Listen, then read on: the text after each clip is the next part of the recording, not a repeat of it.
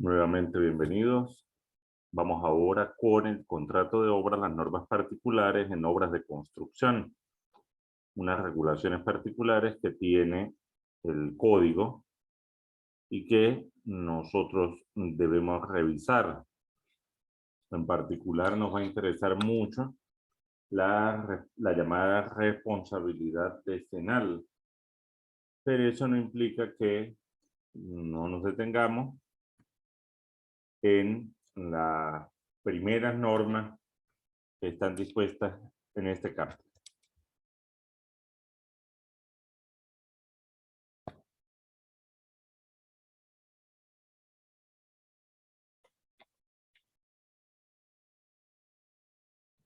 Cuando hablamos del contrato de obra expresada concretamente en la actividad constructiva, vamos a referirnos a la disposición del 1638 del Código Civil.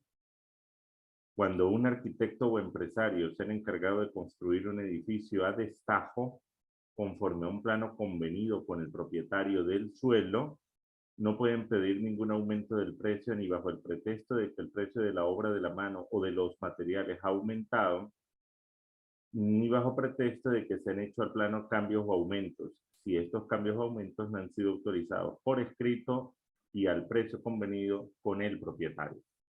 El propietario aquí es el propietario del suelo que va a cumplir funciones de comitente, mientras que arquitecto o empresario, en los términos del contrato de obra, equivalen a contratista para efectos nuestros.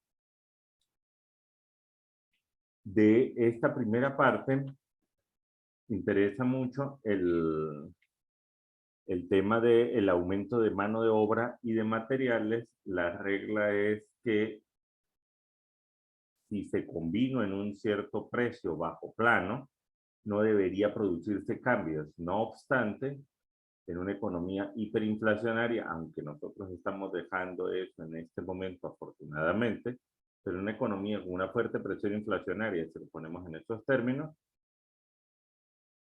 cabe la discusión de el desequilibrio económico del contrato, con lo cual la cláusula rebus sic stantibus y tantas otras, pero fundamentalmente esa pudieran tener cabida. Necesitamos revisar hasta qué punto entonces esta rigidez que plantea la norma es específicamente válida. En los términos, insisto, del contexto de una economía con las circunstancias como las que ha vivido la venezolana. El segundo es por cambio o aumentos de la obra, que es la así considerada por la doctrina, estoy pensando en Aguilar Gorrondona, como una norma especial, y allí se ha dispuesto que para que se pueda trabajar en este punto, que está pensado para la protección del comitente, para evitar que deba sufrir aumentos de precio producto de la actividad del contratista fuera de los términos convenidos, pues hay una serie de supuestos. El primero, que el contrato haya sido a destajo, esto es por una cantidad fija y que no contenga previsión alguna acerca de la modificación del precio por razón de aumentos o cambio de los planos.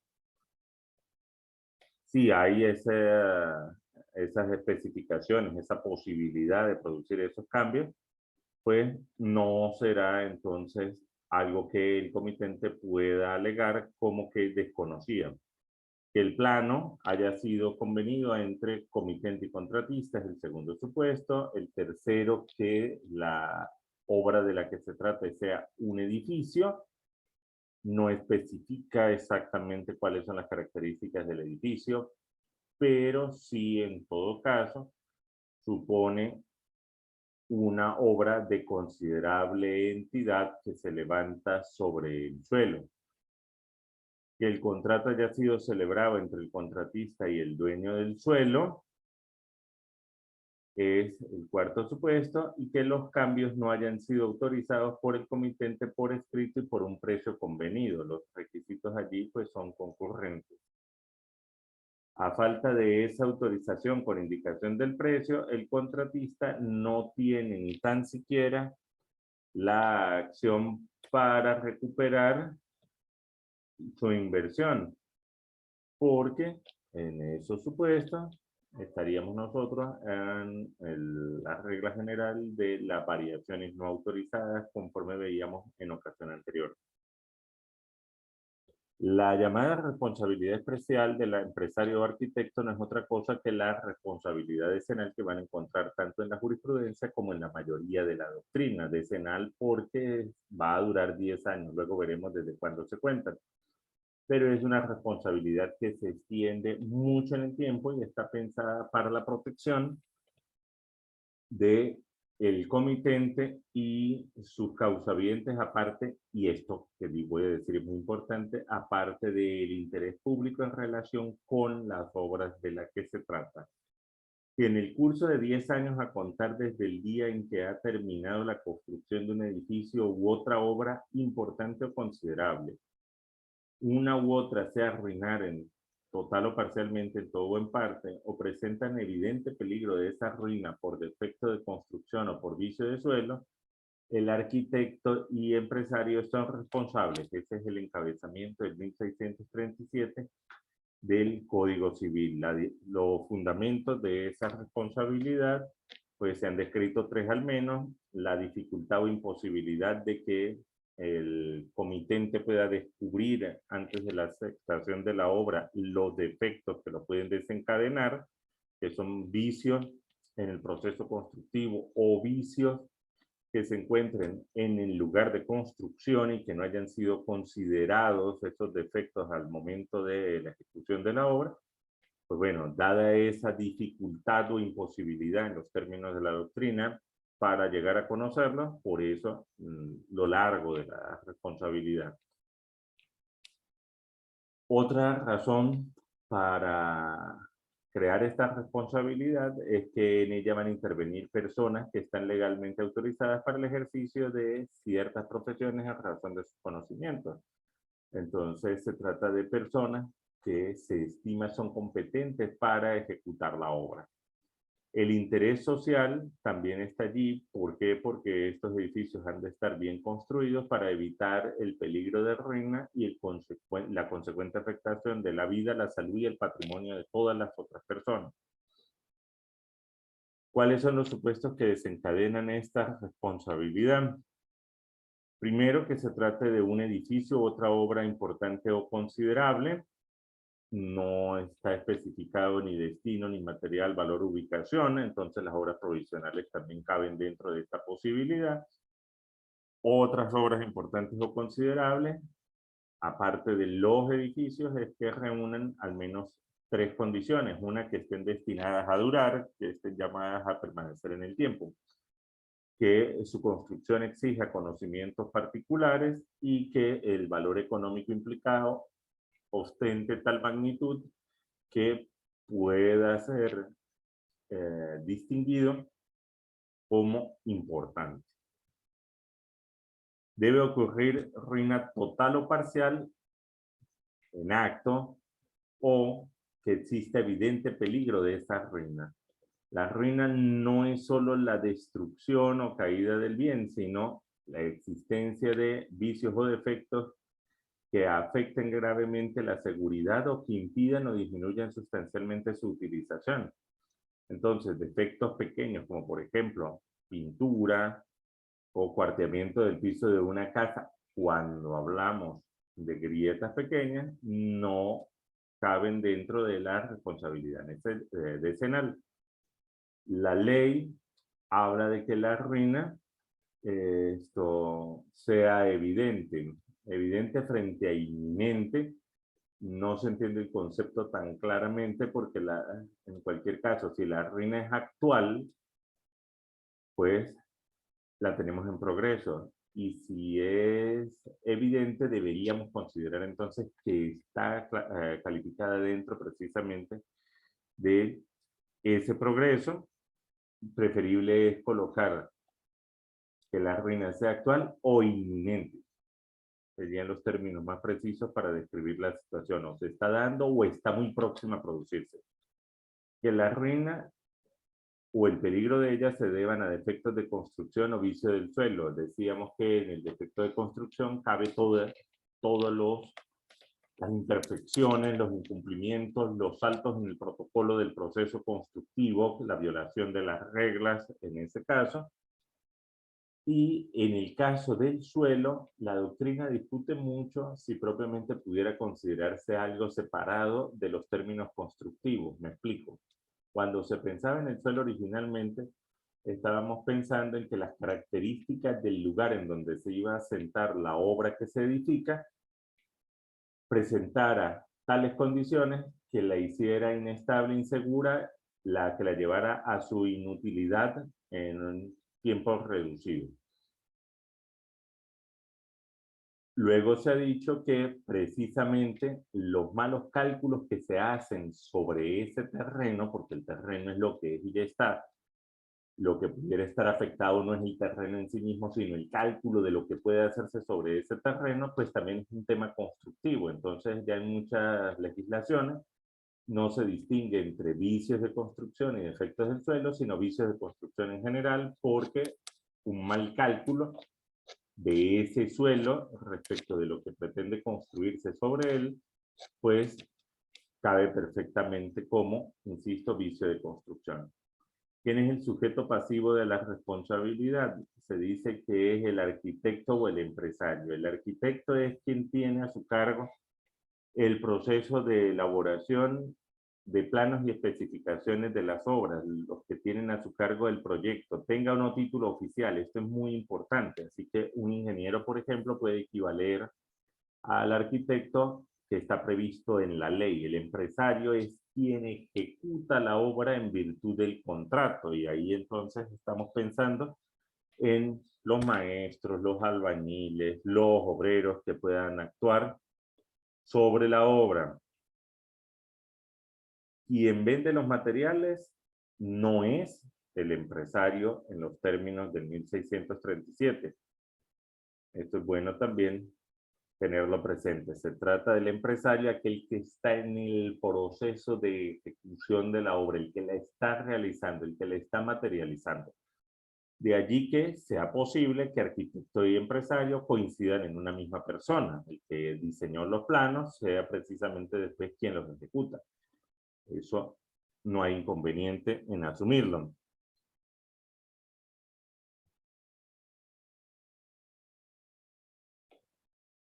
¿Cuál es el alcance de esta responsabilidad? En primer lugar, uno pudiera entender aquí la última parte que aludíamos del sujeto pasivo y que en el esquema figura bajo el mote de el subcontratista.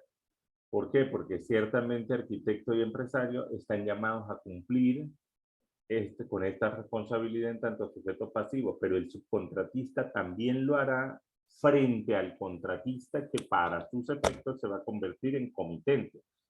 Entonces, en términos subjetivos, esta responsabilidad se extiende también a la persona del subcontratista.